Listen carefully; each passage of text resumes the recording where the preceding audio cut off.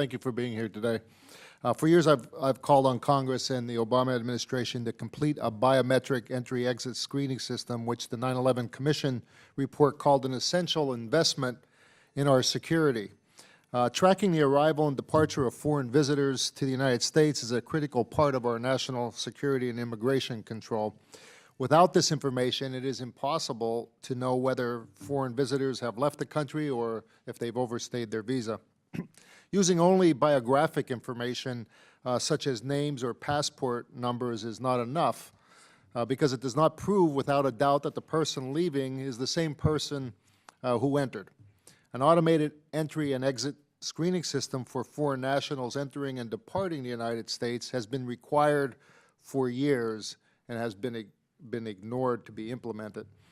I'm pleased we now have a president whose utmost priority is ensuring the safety of the American people. President Trump has clearly laid out a series of essential border and national security priorities that include the speedy completion of a biometric entry-exit tracking system for all travelers to the United States. Although entry-exit policy and operations are primarily under the jurisdiction of U.S. Customs and Border Protection, TSA is an important entity in protecting the United States. With that, how is TSA working with CBP to utilize biometric technology to enhance national security? Yes, sir. Our desire is also to use biometrics as a passenger is approaching the checkpoint. The first stop right now is you provide your passport or your driver's license, and that's checked by the officer. What we would like to eventually get to is also a biometric. And our desire is to have the same biometric that U.S. Customs and Border Protection uses. We coordinate with them extensively on this. We've already tested out some biometric technology in our checkpoints. Those tests are under evaluation right now, but that is the technology we're very interested in. And how is TSA working to ensure information is properly shared between the agencies? Yes, sir. We meet with TSA, Customs and Border Protection on a regular basis. We have a very strong relationship with them. We're both in the same airports, and I'm confident that we'll find a way to share that information securely. Thank you. Second question. For decades, the Castro regime has ruled with an iron fist over the nation of Cuba.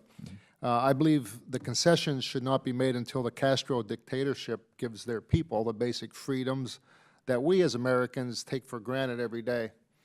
Under the Obama administration, commercial flight travel between the United States and Cuba resumed. However, we are still largely unaware of the day-to-day operations of Cuban airports, including employee screening and training and overall airport security. The fact that the Cuban government controls the vetting and hiring of many airport employees is a significant vulnerability. Can you please tell me what steps are being taken by TSA to address the security risks at Cuban airports and on commercial flights between the United States and Cuba? Yes, sir. In our effort to raise the bar on global aviation security, there are a series of measures. Some of them have already been implemented. Were implemented in July, and others began to be implemented on October 26th. TSA inspectors have done a tremendous job in visiting all 280 last points of departure airports to ensure the July measures were implemented according to our guidance, and found that all countries complied, including Cuba. While they were in Cuba checking for the July compliance, they also checked for the October 26th compliance, and Cuba is one of the first countries to actually come in full compliance with the October 26th measures. So on a basis of overall global standards and our inspection of their efforts to get there and achieve those standards, we found them compliant with both measures.